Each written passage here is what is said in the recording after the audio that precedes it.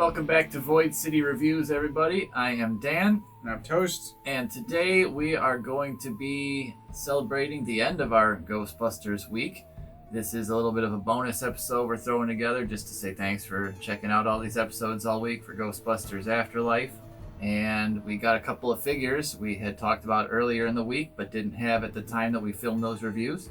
So we're going to take a look at those for you today. We got Stay Puft Marshmallow Man, Muncher, and Slimer up there, and these are all part of the new Hasbro Fright Features line of toys. We looked at Muncher a little bit with the Fright Features Ghostbusters earlier in the week, but I figured I'd throw him again here because he kind of fits in with the other ghosts. So let's jump in and take a look at these guys real quick and look at the features we've got them in today in this bonus little Ghostbusters week episode. All right. Well, here they are, all close up. We got Slimer, we got Stay Puft Marshmallow Man, and we got Muncher from the new movie Ghostbusters Afterlife. This is all them without their Fright Features showing for the most part. And this is all of the Fright Feature Ghosts? As of right now, other than the little mini ones that come with each of the regular Ghostbusters figures, as far as actual figures that are just themselves ghosts that come without anything else, these are the only three so far that they have shown. I'm not aware currently of any other ones in the works, at least in this line. So they are called Fright Features for a reason. We already went over Muncher's Fright Features in the previous video. We'll show him again real quick here. It's cool and weird. Indeed. So here he is up close, his crazy face. He looks kind of like he's the giant ghost of a water bear for some reason. That's what he is. He looks like a giant water bear. He does. I'm fairly certain if we get the extra features on the Blu-ray, they're going to say, here's what we used for designing him, a water bear. Yeah. So his first feature is, if you move his arm up and down, this trash ball goes in and out of his mouth. And that seems to be, he's kind of like the new Slimer of this generation, but instead of eating food, at least from all the trailers that we've seen thus far, he eats and also seems to regurgitate garbage. That's kind of what that's all about. He's also got this fun thing, which is really cool, and again reminds us sort of 90s Ninja Turtle toys or something, where he's got his clear stomach, and through these two buttons on the back, you can see he ate a fire hydrant and a stop sign, and those kind of mush around in his soft rubber stomach there. So that's kind of cool. Interesting feature. Those are the two buttons on his back that activate that. That's impressive. So that was one of our favorites from that Ghostbusters Fright Feature review. Next up, we could look at Slimer. Now, as far as the scale goes, obviously, he's not really scale Slimer. None of these guys really look to be scale. The closest would probably be Muncher, but even he looks far bigger than he does in the movie. Slimer is obviously humongous. Just for reference, real quick, I'll throw Ray from the Fright Features line in here as well. So as you can see, Slimer is almost as big as he is. That's really big. Yeah. And Stay Puft is obviously shorter than Ray, which is too small, but they're obviously not going to make a life-size or scale marshmallow figure. He'd be like 5 feet tall. So anyways, Slimer looks kind of normal. He's got this sort of slime stand. That's what he sits on, and his arms are down like that because that's sort of part of how the feature works. There is, again, like Muncher, a button on his back, and when you press that button, he pops open. As you can see, his arms go up, his tongue pops out, and you can see he's got some like guts inside, some bones, which seems a little bit new for Slimer. I didn't know Slimer had a skeleton. Yeah, it's weird.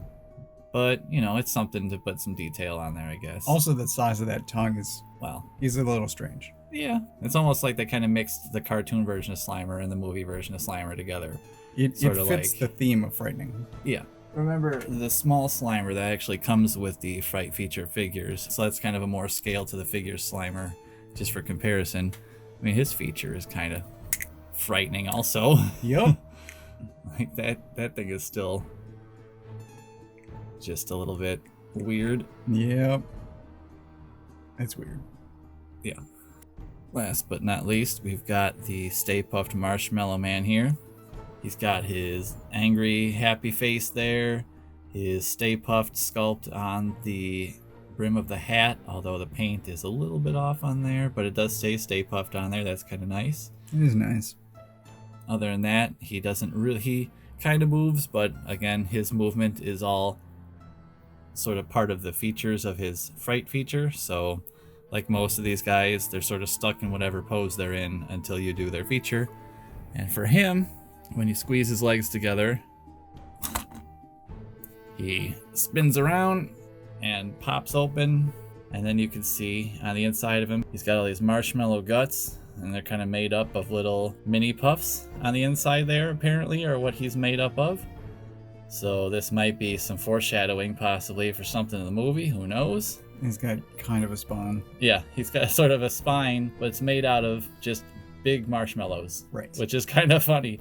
I thought that was sort of, it's like gruesome, but also hilarious, and it makes sense at the same time that his spine's made out of marshmallows. So that's kind of cool, but it seems like they're going out of their way to throw spines into all the classic Ghostbusters ghosts that previously I would not have thought of as having skeletons. It doesn't, but whenever you push the legs together and he spins around and pops up, I think his face changes. and the face doesn't even move. It's the torso that spins around. Yeah. But every time I'm like, did his face just change?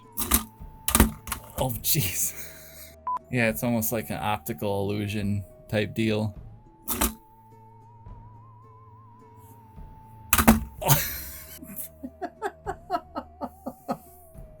It's kind of like a cool optical illusion where it seems like it does, but it doesn't.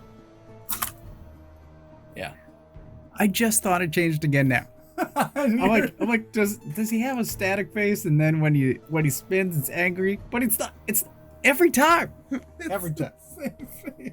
It doesn't even move. You were watching it I from know. a foot away. I did it. I really like the face. Yeah. I like angry Stay Puft. It's a good angry Stay Puft face.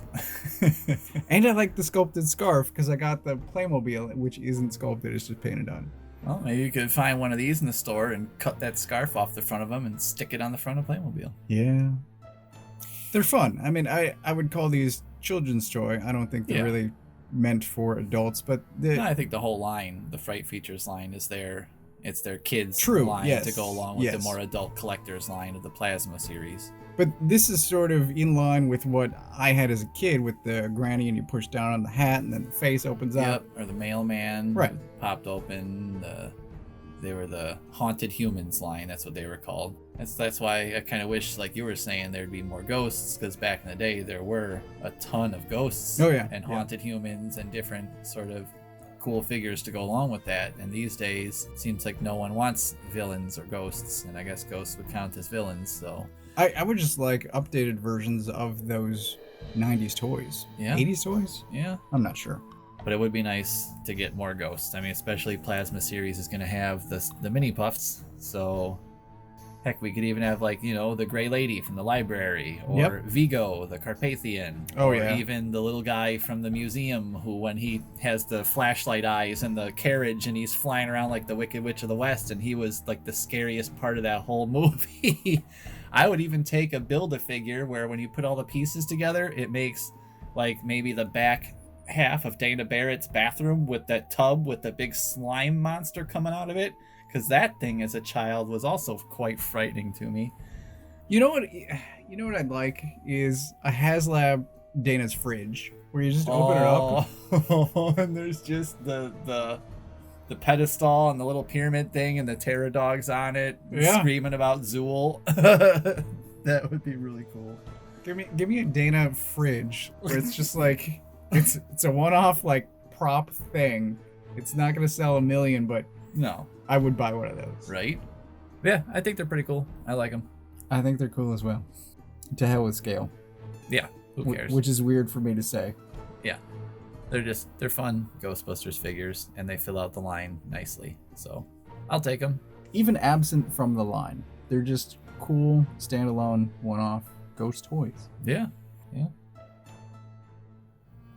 Well, there you have it. Hope you guys like these figures we took a look at today for Ghostbusters Afterlife. Thanks for joining us all week for all of our Ghostbusters content, and we hope you got to check out the movie. Hope you all liked it. We're gonna check it out as soon as we can. We still haven't seen it yet, unfortunately, but we are waiting for the first opportunity that comes our way. So that being said, thanks again for watching. Hit that subscription button, get the thumbs up, hit the notification bell if you want to see more content. Probably get back to some more customization pretty soon, some more toy reviews, more comic reviews from Toast, and just more content in general. And if you got any comments on that or anything you want to see, let us know. Until then, I am Dan. I'm Toast. And we will see you next time here at Void City Reviews.